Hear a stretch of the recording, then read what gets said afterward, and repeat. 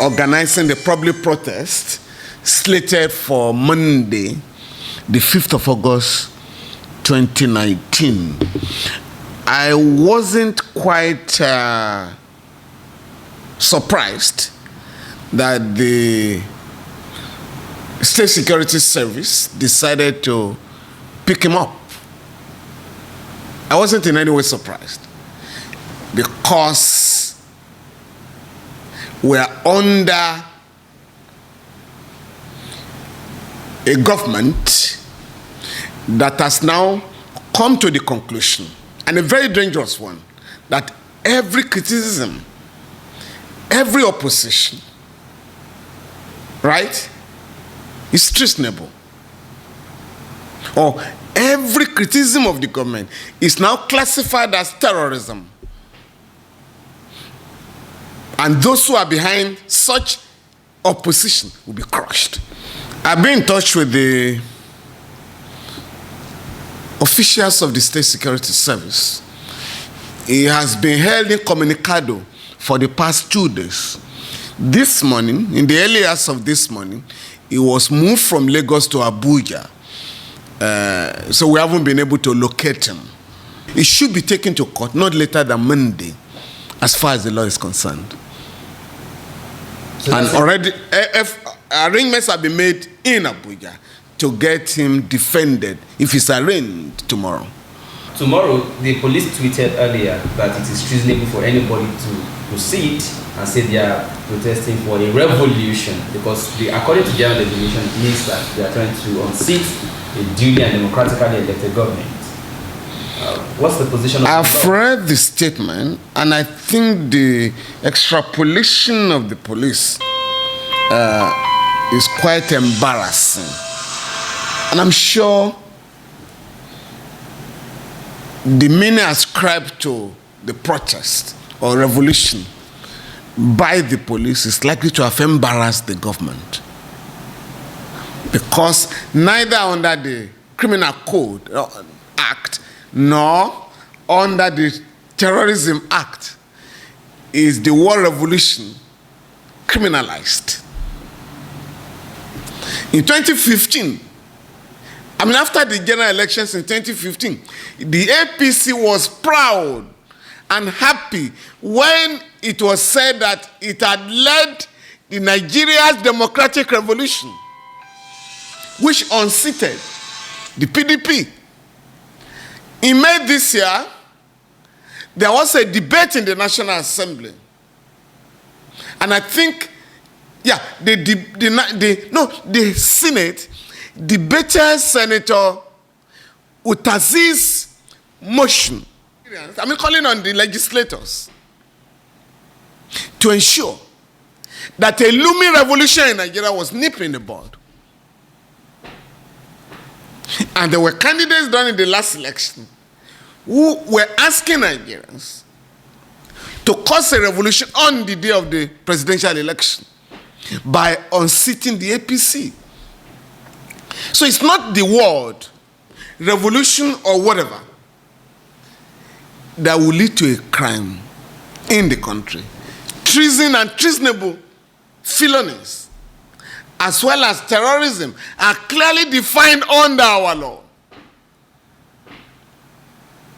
Treason is the levying of war to intimidate the president or governor of a state,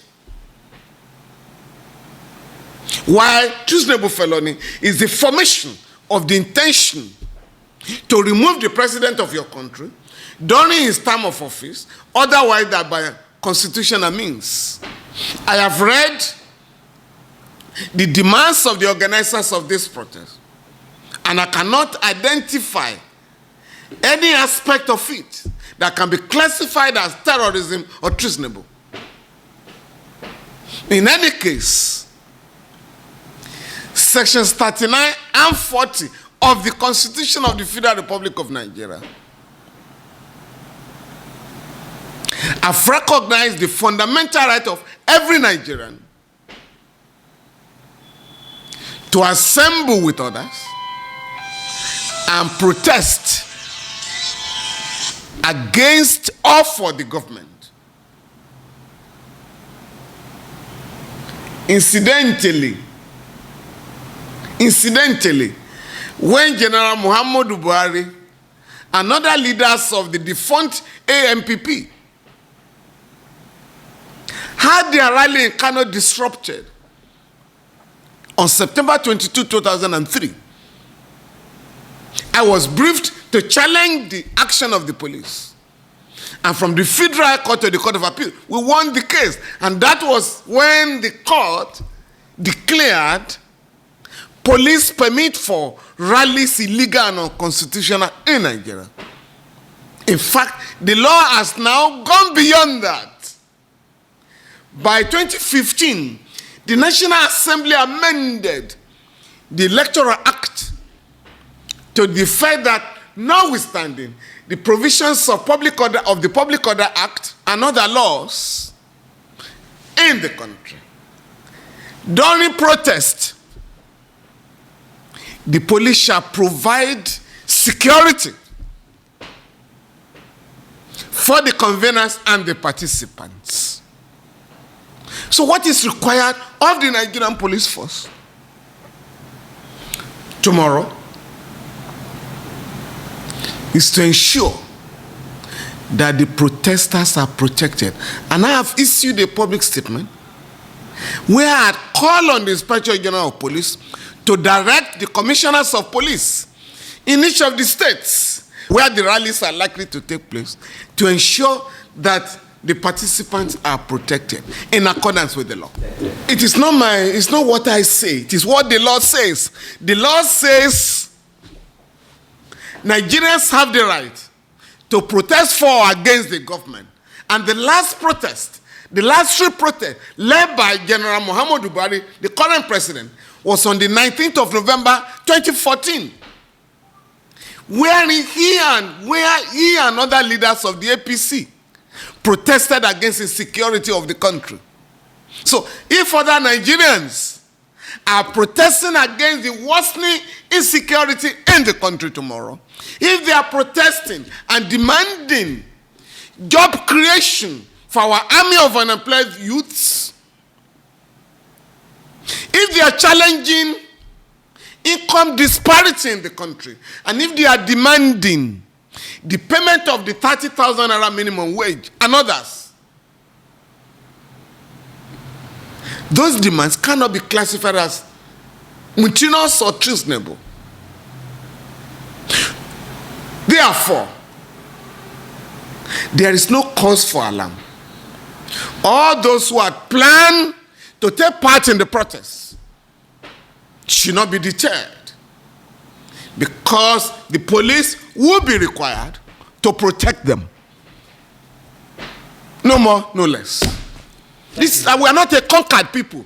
The police and the State Security Service will have to appreciate that we are not a conquered people. Therefore, you cannot continue to terrorize Nigerians by invoking the provisions of the Terrorism Act or the Criminal Code Act. I recall an incident, I think this was 1992, May 19, 1992, whereby 5 of us were charged with treasonable felony under the Ibrahim Babangida junta. And what was the offense? That we had published posters, we had pasted posters around the country asking for an end to military dictatorship.